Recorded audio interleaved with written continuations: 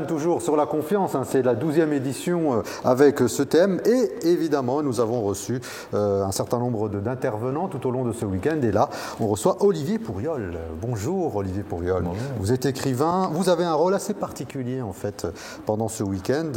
Vous animez ce qu'on appelle le grain de poivre, c'est-à-dire en fait vous faites une espèce comme ça de synthèse de ce que vous avez entendu mais vous mettez du sel, du poivre, tout ça là-dedans. Qu'est-ce que vous retenez finalement des 3 ou 4 tables rondes auxquelles vous avez assisté? Je retiens que la confiance, quand on en parle, c'est un peu une espèce en voie de disparition. C'est toujours la même chose, c'est quand les choses disparaissent qu'on essaye de les nommer, de les rattraper ou de les reconstruire. Et il y a un sentiment un peu de trop tard, c'est-à-dire que moi j'ai eu l'impression que tous les chiffres qui étaient donnés étaient là pour confirmer un sentiment qui était que la France était fondée finalement sur la défiance et que par opposition aux pays scandinaves où les gens se faisaient confiance entre eux ou faisaient confiance aux inconnus, la France reposait sur une opposition très stricte entre la sphère intime, la sphère privée, la sphère de la famille et des amis, des proches en qui on a confiance et le reste, donc y compris la France, l'État, etc., en quoi et en qui on n'a pas confiance. Donc c'était très intéressant d'essayer de réfléchir à ça. Pourquoi on fait confiance à ce qu'on connaît? C'est assez évident, c'est parce que la réciprocité est là et la proximité aussi. Il y a la ressemblance aussi. Et la proximité, je crois, le fait de pouvoir mettre un visage, par exemple, le visage et la confiance est très lié parce qu'on pense qu'on peut lire sur un visage la possibilité de se fier. Et, alors que l'État, c'est Simone Veil qui disait ça avec un W, elle parlait du froid métallique de l'État, elle dit on ne peut pas aimer l'État. Et pourtant, on est obligé, parce que c'est grâce à l'État que nos relations ont une substance, que nos relations existent. Donc on est pris un peu dans une contradiction qui est très intéressante à explorer.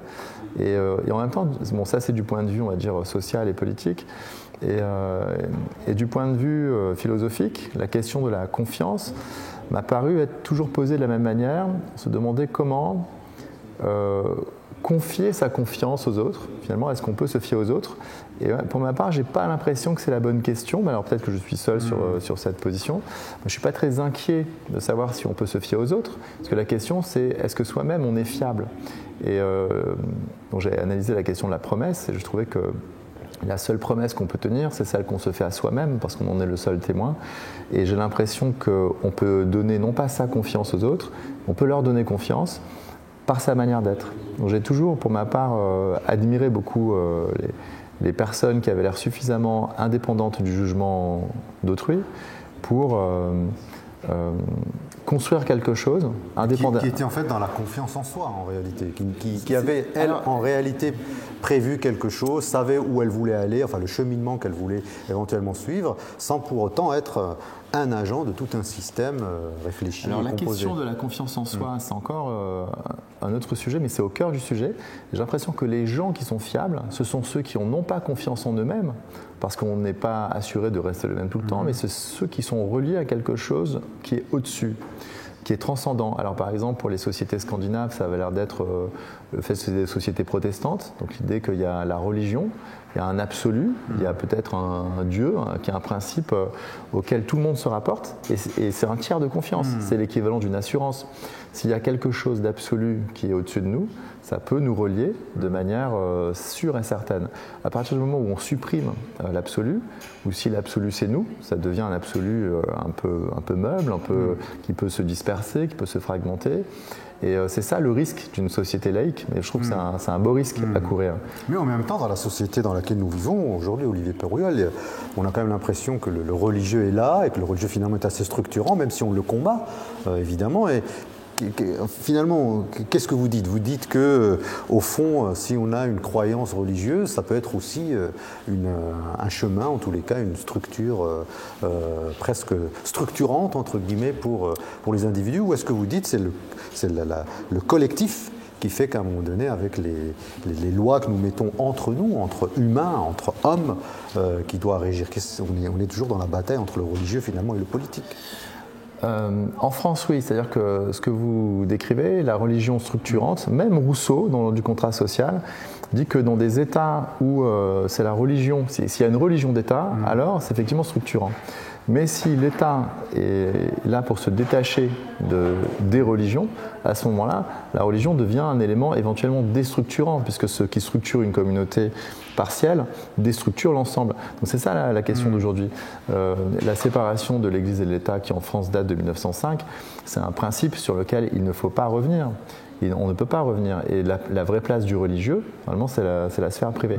Donc cette question de la confiance est très délicate, parce que je viens de dire d'un côté que pour se fier les uns aux autres, il faut avoir un principe extérieur.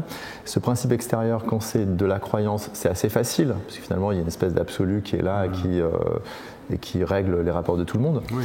D'autres ont vécu la même chose il y a quelques années. L'absolu pour nous, normalement, c'est l'État. Donc c'est pas quelque chose qu'on aime, c'est quelque chose dont on se défie, et pourtant c'est ça qui nous structure. Donc j'ai l'impression que c'est ça la question qu'on a traitée pendant tout ce week-end.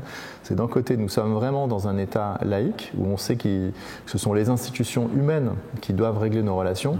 Le fait qu'elles soient humaines fait qu'elles sont fragiles, et le fait que ce soit des institutions qu'on a constituées ensemble fait que ce sont des absolus. Donc c'est comme si on avait inventé l'idée d'un absolu laïque, et c'est très difficile à préserver. Donc c'est un combat quotidien qui doit être repris par des individus. Je voudrais juste un dernier mot, Olivier Pourriol, sur ce qu'on appelle l'abus de confiance.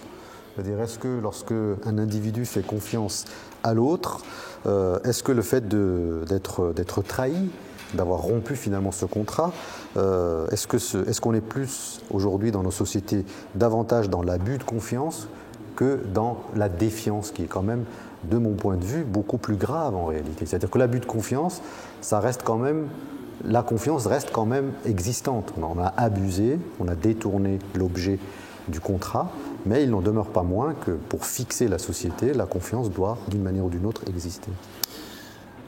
On peut pas, la confiance n'est pas obligatoire. Disons qu'on ne peut pas exiger de la confiance. Donc quand vous parlez d'abus de confiance, c'est une notion juridique. Moi, je la maîtrise pas vraiment, mais elle est définie. Je crois que c'est l'inverse, c'est-à-dire que ça ne me dérange pas qu'on se défie de l'État. Je trouve ça très simple. Un de mes philosophes préférés, il y a Simone Veil, il y a Alain, qui considère qu'un citoyen digne de ce nom, il est toujours contre les pouvoirs. On élit un maître, non pas pour lui faire confiance, mais à partir du moment où il est élu, comme la corruption est naturelle au pouvoir, il faut se méfier de lui. Il y a un devoir de vigilance. Il faut l'aider à se méfier de lui-même. Voilà. Donc le vrai devoir, c'est de ne jamais acclamer le maître et de ne jamais se choisir un maître. On délègue la souveraineté, mais la souveraineté, il ne faut pas la déléguer vraiment. Il faut surveiller les gens qu'on a élus comme le lait sur le feu, parce que dès qu'on tourne la tête, il déborde. Donc la défiance, moi je trouve que c'est le signe d'un État en bonne santé. Lorsque les citoyens sont vigilants, et ils doivent être vigilants par nature, il faut se méfier du maître. Et une société digne de ce nom, c'est comme si tous les citoyens devaient être anarchistes pour, en se défiant du maître, l'aider à être aussi représentatif que possible. Donc moi, la défiance, je trouve que ce n'est pas un problème. Parce que la défiance, c'est ça qui permet à un État de rester représentatif. Merci beaucoup Olivier Pourriol d'avoir accepté cette invitation. Je rappelle que vous êtes écrivain et que vous êtes l'auteur finalement pendant tout ce week-end de ce qu'on appelle le grain de poivre, une espèce de synthèse. Qui fait éternuer évidemment, mais qui fait réfléchir parce que vous allez sur les à-côté, les interstices. Et c'est vrai qu'avec, on est noyé de chiffres, de théories, parfois même parfois des relations un peu vindicatives dans les tables rondes. Et vous venez et puis vous remettez un peu les gens un peu à leur place, avec des citations d'auteurs qui nous font un bien fou. Merci beaucoup Olivier Pourriol, et on continue dans quelques instants la suite de nos différentes rencontres avec les intervenants, les invités, les parrains, les marraines, en tous les cas les gens qui viennent passer ici un week-end autour de la thématique de la confiance.